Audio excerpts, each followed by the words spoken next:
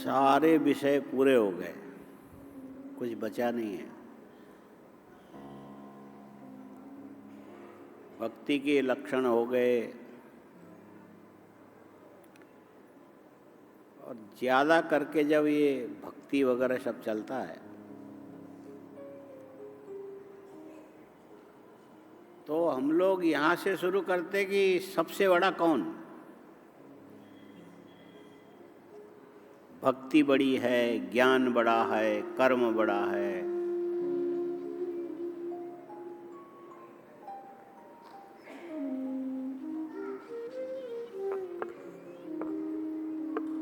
कोई यदि बड़ा नहीं होगा तो आपके काम का नहीं होगा क्या?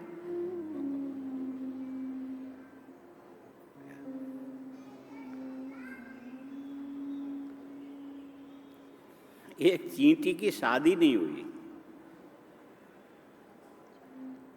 बड़ी शिकायत, बोले शादी नहीं हो रही। तो उसके माँ बाप से किसी ने पूछा इसकी शादी क्यों नहीं हो रही? बोले अपने बराबर वालों से करना ही नहीं चाहती है, इससे बड़े वाले इसको चाहते नहीं हैं।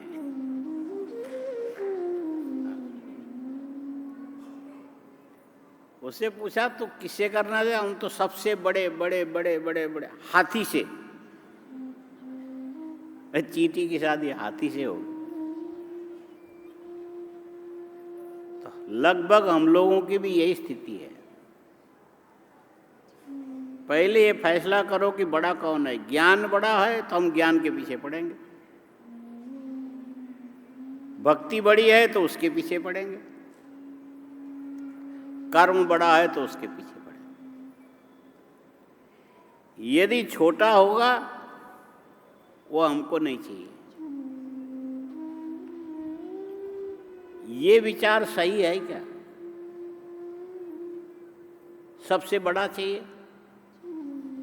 कितना बड़ा चाहिए? साधन के संबंध में इस प्रकार से सापेक्ष विचार कभी मत करना। छोटा भी उतने काम का होता है जितना बड़ा काम का होता है। और हम तो अभिनिवेश को लेकर के चलते हैं ना, जिसको हम मानते हैं वो सबसे बड़ा होना चाहिए। जो हम जिसको मानते सारी दुनिया उसको ही माने, उसके अलावा और किसी को न माने। सच पूछो, ये जो हमारी मान्यता है ये हिंदुओं की कमी है, समझ लो। इसी के चलते हम अलग अलग अलग गुटों में अलग अलग उसमें बिखरते चले गए। ये बड़े छोटे की अपेक्षा किए बिना भी वस्तु का चयन किया जा सकता है। अब मूल विषय में आओ, क्या है ये भक्ति? सब लोगों ने बात तो यही कही, भक्ति माने प्रेम। भक्ति माने क्या कहोगे? भक्ति माने प्रेम। समझ के बोलना, बोलो भक्ति माने। थोड़ा बदल के भी बोलो, प्रेम माने भक्ति। अब यहीं पर गड़बड़ हो रहा है। भक्ति माने प्रेम, प्रेम माने भक्ति, या दोनों में से अलग कर दें? क्या होना चाहिए? लेकिन परिभाषा तो यह है कि भक्ति माने प्रेम ही होता है। अब सवाल ये है, सबसे ज्यादा प्रेम आपका किसके प्रति है, बता सकते हो? सबसे ज्यादा प्रेम किसके?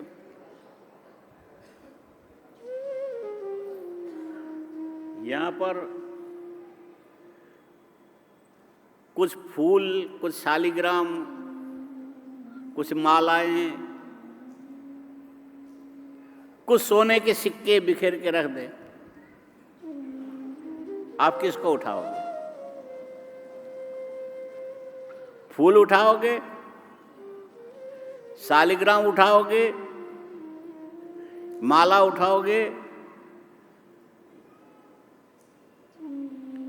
या 20-20 ग्राम के सोने के सिक्के यदि रख दिए जाए तो क्या उठाओगे बोलो? हाँ? में रखेंगे, कुछ नहीं है चिंता। हाँ? यदि ऐसा हो तो आप क्या उठाओगे पहले? बोल नहीं रहे। जमुनापुर जी बुलवाते तो बोल देते। इनमें से क्या उठाते बोलो? हाँ? समझ में नहीं आया। अरे सीधी सी बात है, सोने के सिक्के उठा के भाग जाते हैं। हाँ, वो भी एक आदमी को एक हाथ से दूसरे को अलग करके। खबरदार कोई दूसरा हाथ न लगाने पाए। इसका मतलब क्या है? सोने के सिक्के के प्रति आपके मन में प्रेम है कि नहीं है? है ना? इसको क्या बोलेंगे? भक्ति बोलेंगे। तुम तो सोने के सिक्के के बड़े भगत हो। ये सुनने में अच्छा लगता है। और तुम तो पैसे के बड़े भगत हो। है प्रेम ही है। और किसी को ये बोल दिया जाए कि तू तो पत्नी का बड़ा भगत है, अच्छा लगता है कि बुरा लगता है? किसी को बोले ये पत्नी भक्त है, हाँ? पत्नी व्रत शब्द होगा शायद। ये गुरु जी बताएंगे क्या होता है। पतिव्रता तो होता है, दूसरा क्या होता है? पत्नी व्रत। जबकि नहीं होता, ऐसा नहीं है। एक आदमी के संसार में सब कुछ होता है। थोड़ा समय से पहले पत्नी गुजर गई। ये बहुत दिन पुरानी बात है। रोज 2:30 बजे वो मेरे से मिलने आता था। ये बम्बई की बात है पुरानी। और साल में 3 ही दिन आता था। और आएगा 2:30 बजे, खटकाएगा, मैं दरवाज़ा खोलूँगा, उसके बाद बैठेगा और बैठ करके 3 भजन सुना के फिर उठ के चल देता था। 3 साल तक ऐसे चला। चौथे साल भी हमको पता है ये आने वाला है। आया, खटकाया, चेहरा देखा तो लगभग इसी समय का था, 12 बजे। चेहरे में भी 12 बजता है शायद, पता नहीं 12 बजने का मतलब क्या होता है, भगवान जाने। मैंने दोनों सुई एक ही साथ, तो आया और झोला रखा और बैठ गया।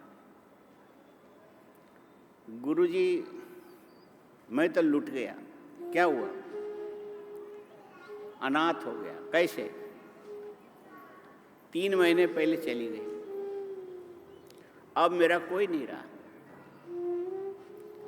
कौन गया? अब आप समझ लो क्यों नाम लिया। बड़ा ख्याल रखती थी। मैं धीरे धीरे समझने लगा। फिर हमने सोचा पूछे तो भाई क्या क्या ख्याल रखती थी बता। पूछो मत स्वामी। सबसे ज्यादा ये ध्यान रखती थी, जब मेरी नई नई शादी हुई थी तो सिर के ऊपर बाल थे पूरे काले काले घुंघराले, और मेरे बालों का बहुत ध्यान रखती थी। नए से नए शैम्पू साबुन पता नहीं क्या क्या लेकर के रोज नहलाती थी। ये बोलती थी कि इसमें जू नहीं पड़ने चाहिए। क्या बोलते थे? जू नहीं पड़ने चाहिए, तुम्हारे बाल बड़े अच्छे हैं। एक दिन मैंने पूछा कि पड़ी जाए तो क्या बिगाड़ लेगी? बोले नहीं, वो तुम्हारा खून पी जाएगी।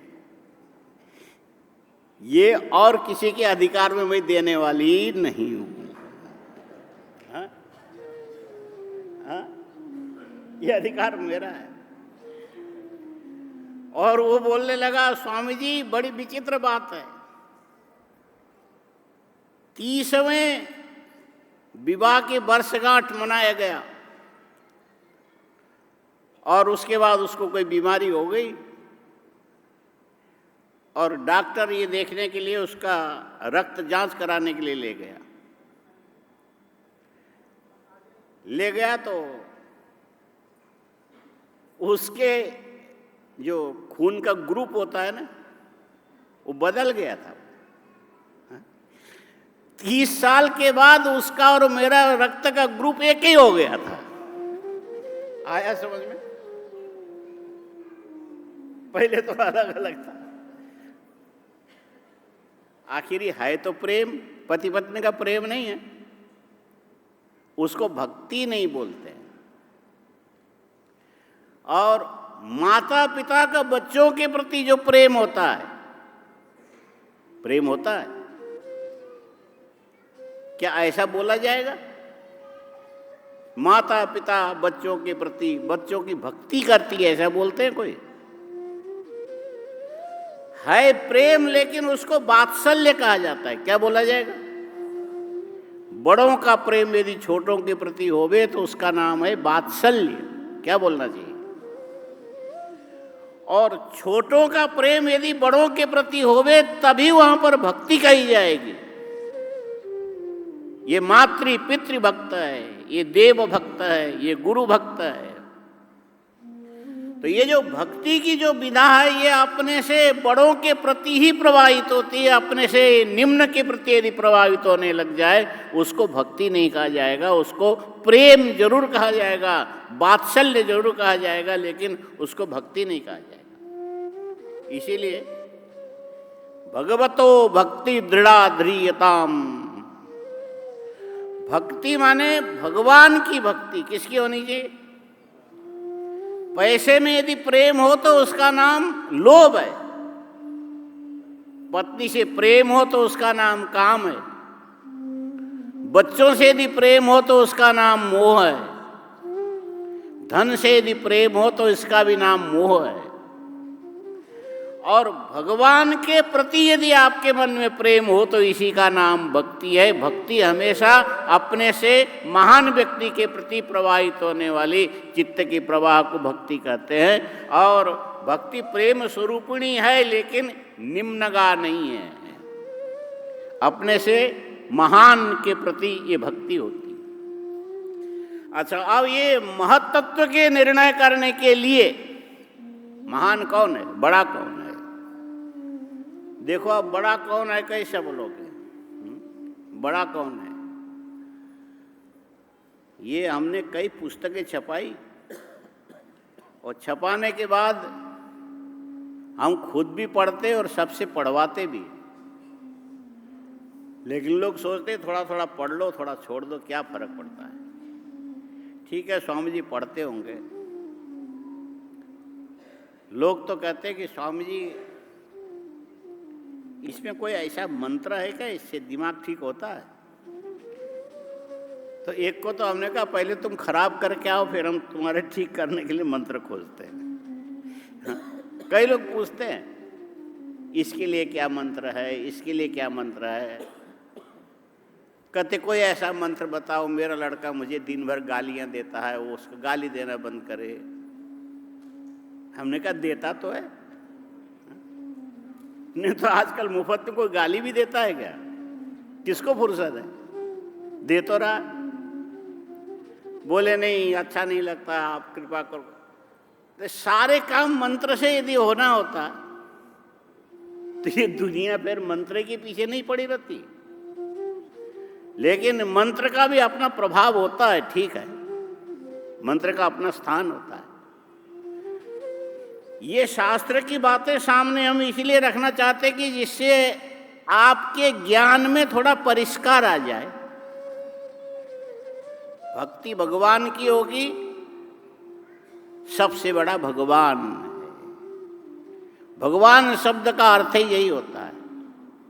भग ऐश्वर्य धातु से भग, मतु प्रत्यय होकर के भगवान बनाना।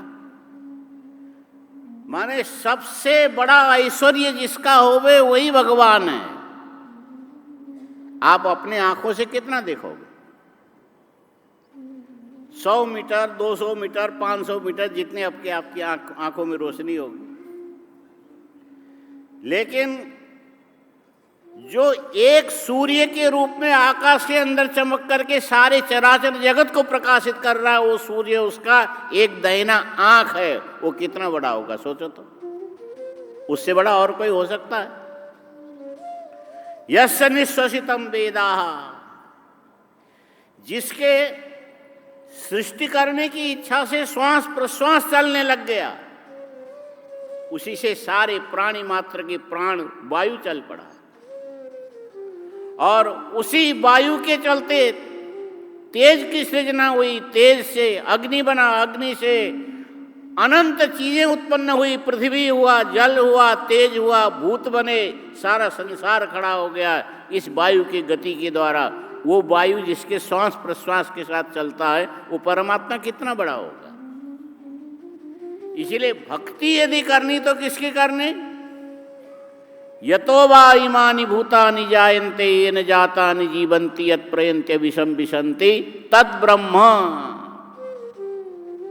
जिसके संकल्प मात्र से पृथ्वी, जल, तेज, वायु, आकाश, सूर्य, चंद्रमा, अहंकार, मूल प्रकृति, सारे संसार में जितने भी है कहलाने लायक जितने पदार्थ हैं, जिसके संकल्प मात्र से उत्पन्न हुआ, वो कितना बड़ा होगा। वो तुम्हारे यदि प्रेम का विषय बने तो समझो ये तुमने भगवान की भक्ति की है।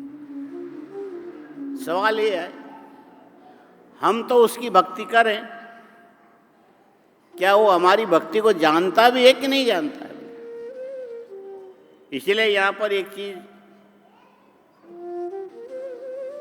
आपके यहाँ प्रदोष होता है ना, यहां भी होता होगा, प्रदोष नहीं होता है? क्या करते हो? भगवान की पूजा करते हो, तो पूजा करने वाला एक होता है यजमान, और बाकी तमाशा देखने वाले अंत में आते हैं, और जाते समय ये बोल के जाते कि भंडारा में कड़ी में पकौड़ी ठीक है कि नहीं,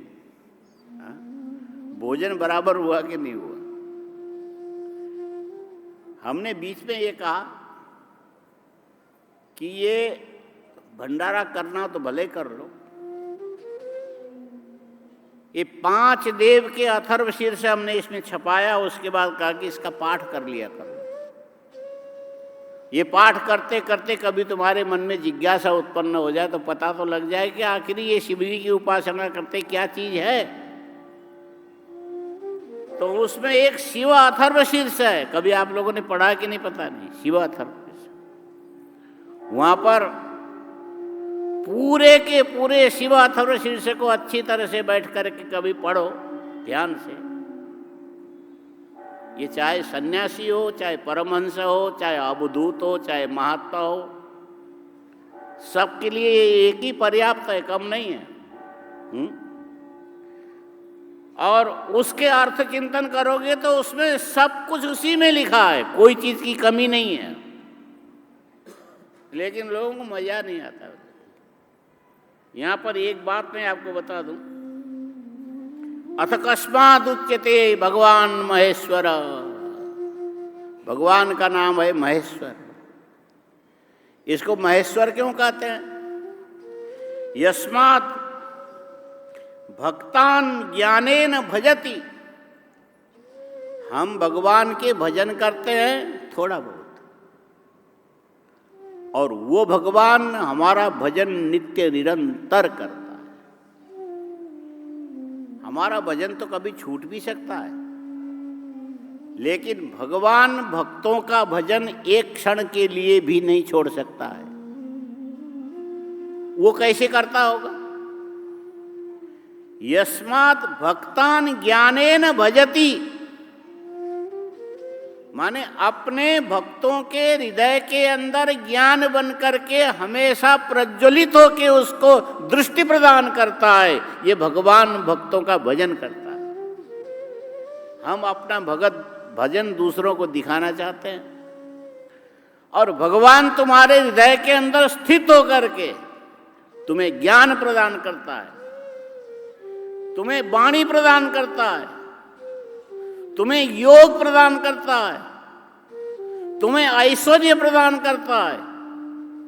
पता नहीं तुम्हारा नाम निशाना का अता पता नहीं था, पूरी दुनिया में तुमको प्रसिद्ध करके दिखाता है। ये तुम्हारे अंदर रह करके निरंतर तुम्हारी भजन करता है, लेकिन वो अपने भजन को कभी तुम्हारे सामने भी अभिव्यक्त नहीं करता। हम लोग इतना बड़ा वाद विवाद में इसीलिए पढ़ते हैं। हमारे की जाने वाले जो भजन है, सबसे बड़ी बीमारी तो आजकल ये हो गई, वैदिक हिंदू सनातन धर्मियों में भगवान के भजन करना कम हो गया। हम लोग भगवान बनने की होड़ में ज़्यादा आगे बढ़ गए। हर आदमी यही चाहते कि मैं ही भगवान बन जाऊं, सारी दुनिया मेरी पूजा करे, हम किसी की करे चाहे ना करे। ये हमारे साधनात्मक त्रुटि है, गलती है। और जो परमात्मा सारे चराचर प्राणियों का निरंतर ज्ञान के द्वारा, वाणी के द्वारा, ऐश्वर्य के द्वारा, मान के द्वारा, सम्मान के द्वारा सबकी उन्नति कराने वाला जो भजन करता है भक्तों का, कभी किसी को पता नहीं लगने देता। और हम अपनी साधना को पूरी दुनिया में प्रचारित करके डफली पीटने में ज़्यादा रुचि लेते हैं, इसीलिए हमारी साधनाएं फेल हो जाती। इस अर्थ में अनुसंधान पूर्वक केवल भगवान भगवत आकार वृत्ति को निरंतर चित्त में स्थान देने की यदि आप कोशिश करने लगो तो इसी का नाम भक्ति है। और इसमें ये भक्ति बड़ी है, छोटी है, क्या है, ये कोई बहुत विचार करने की चीज़ नहीं है। और हम इसी अभिनिवेश को लेकर के बिखरते चले जा रहे हैं। वैष्णव अलग बन गए, शैव अलग बन गए, वो अलग बन गए, पाशुपत अलग बन गए। जबकि शास्त्र का सिद्धांत तो ये है कि जो जैसी प्रकृति वाला है उसको उस प्रकार के रास्ते के द्वारा अपने अपने गंतव्य मोक्ष की प्राप्ति सबको होनी चाहिए। वो सारी चीज़ें हैं, लेकिन हम अपने थाली के लड्डू को न देख करके दूसरे के थाली के लड्डू को बड़ा देखते हैं और उसको बिगाड़ने की कोशिश में लगे रह करके हम सनातनियों ने अपनी स्थिति को कमजोर किया है। उससे यदि बचते हुए अपने साधन को भगवान की भक्ति को भगवान की भक्ति ही बना करके यदि आगे बढ़ने की कोशिश करें तो आप अपना तो कल्याण करोगे करोगे, पूरे जगत का भी कल्याण कर सकते हो। इसी अर्थ में ये भक्ति शब्द है। और भक्ति शब्द भक्ति तक ही विराम नहीं लेती, इससे आगे भी है। आज शाम का भी विषय होगा, क्या है पता? ज्ञान। वैसे तो भक्तिर ज्ञानाय कल्पते भी है, लेकिन मज़ा तो तभी आता है जब जमुना गुरु जी बोलते हैं। हम लोग कितना भी चिल्लाते रहे कोई खास फर्क नहीं पड़ता है। अभी भी आप लोगों ने कई बार घड़ी देखी होगी। हम आपको ज़्यादा हैरान नहीं करना चाहते हैं। हाँ, बहुत बैठा बैठा के 3-3 घंटे तक सुनाया, वो मेरा अपराध था। हाँ। इसीलिए अब हम आपको खाली इतने में थोड़े में छुट्टी दे रहे हैं। अब शाम को ज्ञान की जो चर्चा होगी सुनने में तो मज़ा, हम भी जमुना गुरु जी के सुनने में मज़ा आता है। थोड़ा समय से ज़्यादा लेना है।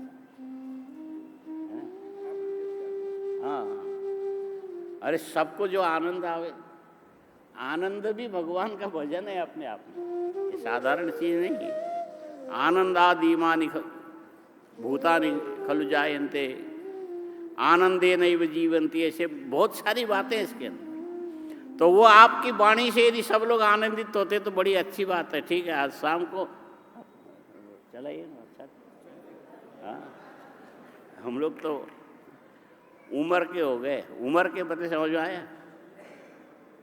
उम्र हो गया गुरुजी, उम्र हो गया क्या मतलब है? उम्र माने ऊ करके मर जाना, ये तो उम्र। इधर दुख रहा है, इधर दुख रहा है, इधर परेशानी। तो अब जो नए हैं, ऊर्जा संपन्न है, वही सब कुछ कर सकते हैं ना। जो चूक गए तो चूक गए। तो ठीक है, अब शाम को भक्ति ज्ञान आए कल्पते, भक्ति ज्ञान के लिए है, कर्म भक्ति के लिए है। परस्पर एक दूसरी सीढ़ी है। एक सीढ़ी में पैर रखो, दूसरे सीढ़ी में पैर रख करके पहले वाली सीढ़ी को छोड़ो, एक क्रम चलता है। तो साधना हमेशा क्रमशः चलता है, उसमें बड़ा और छोटा हम पहले सोचने लग जाए कि हम तो सीधे आकाश पे उड़ने लग जाए, ये हमारी गलत कल्पनाएं हैं। हर साधना के हर सोपान को क्रमशः पार करके आगे बढ़ना चाहिए। इसी क्रम से परमात्मा की प्राप्ति सबको हो, ये शुभकामना भी है। और साथ में आपकी सुविधा के लिए लंबा न खींच करके इस वक्तव्य को यहीं पर विराम देते हैं। अब उधर भोजन की भी तैयारी होगी। हाँ क्या कुछ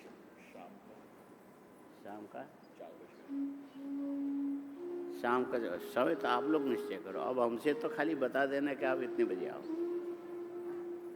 शाम को ये लोग कह रहे 4 बजे। 4 बजे आप लोग आओगे ना?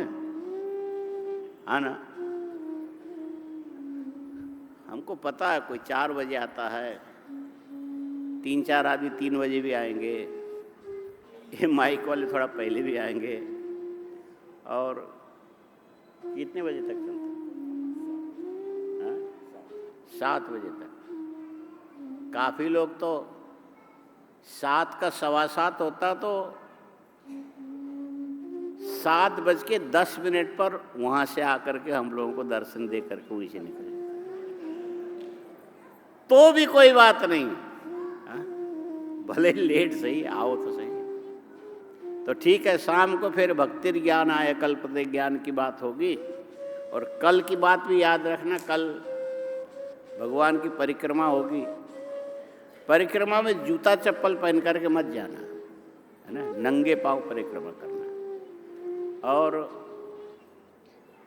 हिम्मत हुई तो हम कोशिश करेंगे, नहीं तो कोई बात नहीं। अब इतने लोग हैं। पहले तो ये देखा जाता था कि कितने लोग लेकर के गए, तो अभी तो इतने सारे हैं, तो एक आदमी कम भी हुआ तो क्या फर्क पड़ता है। तो आप लोग अच्छी तरह से भगवान की परिक्रमा करो, हो सका तो मैं भी कर लूँगा। फिर शाम को बैठेंगे, कल स्वामी गुरु शरणानंद जी महाराज भी आएंगे। तो होना तो ये चाहिए कि अब इतना बड़ा ये प्रकल्प बना, इसको हमेशा कुछ न कुछ सदुपयोग में लेना चाहिए। अब ये परंपरा चली नहीं है, कोशिश करो। यहाँ सत्संग, सम्मेलन, संतों का आना, कुछ इस ढंग के परंपराएं चले, सत्संग चलना चाहिए। हाँ करेंगे, आप करोगे? हाँ तो करिए। देखो अच्छा जी, यमुनापुरी ने बढ़िया प्रस्ताव रखा। श्रावण में शिव पुराण पूरा करेंगे, कितना करिए तो करिए। श्रावण में शिव पुराण अच्छा रहेगा। आप लोग आओगे शिव पुराण सुनने? अरे ये करेंगे तो मजा आ जाएगा। हाँ तो चलो ये श्रावण में आओ, मैं भी बीच में कोशिश करके आ जाऊंगा, है ना। तो होना चाहिए कुछ, क्योंकि इतनी सारी चीज़ें ऐसे बेकार नहीं जाना चाहिए, सत्संग से फायदा है। तो ये लंबे समय तक चले, ऐसा उपक्रम बनाओ। अभी तो भोजन का भी समय हो गया, फिर शाम को 4 बजे आना है, आप लोग आओ। ओम पूर्णमदः पूर्णमिदं पूर्णात् पूर्णमुदच्यते पूर्णस्य पूर्णमादाय पूर्णमेवावशिष्यते। ओम शांति शांति शांति।